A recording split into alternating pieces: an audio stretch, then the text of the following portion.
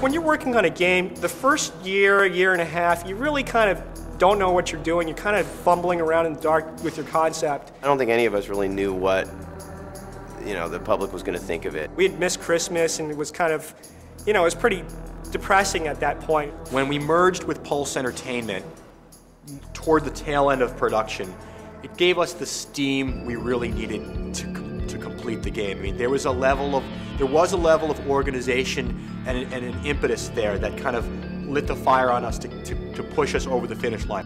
When we finally shipped the game in January, that was like the greatest thing, because I'd just gotten physical like a couple of months ago, and my blood pressure was like extraordinarily high.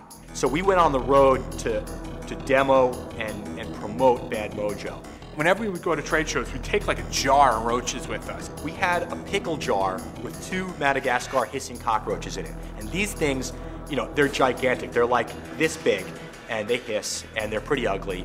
And I mean, this day, you could never imagine walking through the airport with a giant pickle jar full of cockroaches. We put them in the overhead bin, and like every once in a while during the flight, we'd go in there and check, make sure they were okay.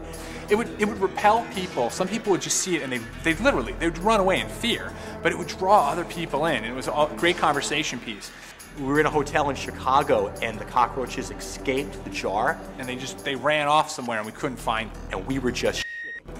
Imagine the next person who comes into this hotel room and finds 2 gigantic Madagascar cockroaches. We turned that hotel room upside down. We were panicking, but we found them. The 2 cockroaches had like wedged their way into a little fold in the shower curtain, and we found them in there. It was hilarious. When we first started out, I couldn't see this thing winning an award, because I was like, oh my God, in the thick of it, it was like really dark, and I couldn't see my way out of the tunnel. The game sold a lot of copies, I believe over 1 million copies. I couldn't believe how many awards we actually won. We got a lot of Envision awards for the writing, for the art direction. I mean, it was just a fabulous looking game. In 1995 with 8-bit color, I mean, it was just incredible. And we were on TV, that was really cool. How'd you like to wake up one morning to find out that you'd been turned into a cockroach? Something crazy happened when I looked at that necklace. That's what happens to Roger Sams in Pulse Entertainment's Bad Mojo, priced at $59.95. You play the nasty character at the heart of this grotesque but engrossing new computer game. And this is also you, the roach Roger's turned into.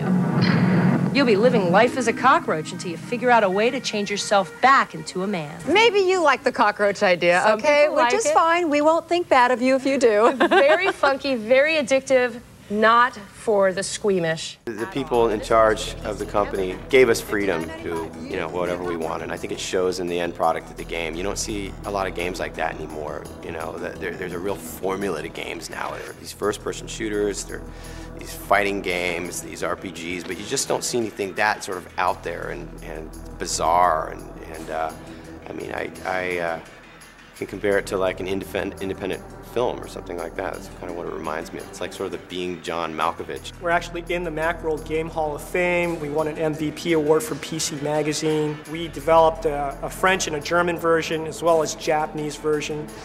So we would go into the recording studio, and we'd actually look at these actors and direct them to do basically the same video with Roger and Eddie. It was just hilarious to hear them speaking in long German words in a movie that we'd seen 1,000 times. The sync is kind of there, kind of not. You can't look at a Caucasian person speaking Japanese and think, wow, this is great stuff. This wasn't rocket science, okay? It was just us having fun when we were working 12-hour days and we were totally burnt out and goofy.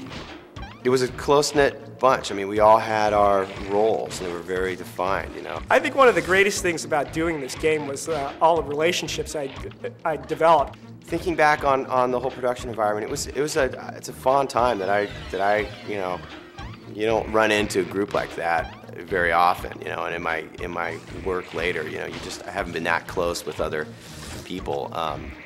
that I've worked with. It was a really cool, old warehouse building that we worked in San Francisco with, old friends that I'd known for a long time. Working with Drew and Phil and Vinny was like the best opportunity I could have. At the end of the game, I had this terrarium where it must have had like hundreds of thousands of roaches. I mean, it was pretty big. Started with 12, and it was sort of, I didn't really know what to do with it. It was like, God, if I took this thing and just opened it up in the basement of some building, I could, condemn a friggin' building, So, didn't want to do that. So what I ended up doing was what we call the roach genocide. I took an entire can of Raid and just sprayed the entire can of Raid into this terrarium and then just duct taped the whole thing closed and stuck it in a dumpster. And what else are you going to do with, 100,000 cockroaches? I would really like to actually work on another game, like another version of Bad Mojo, and just kind of bring the band back together.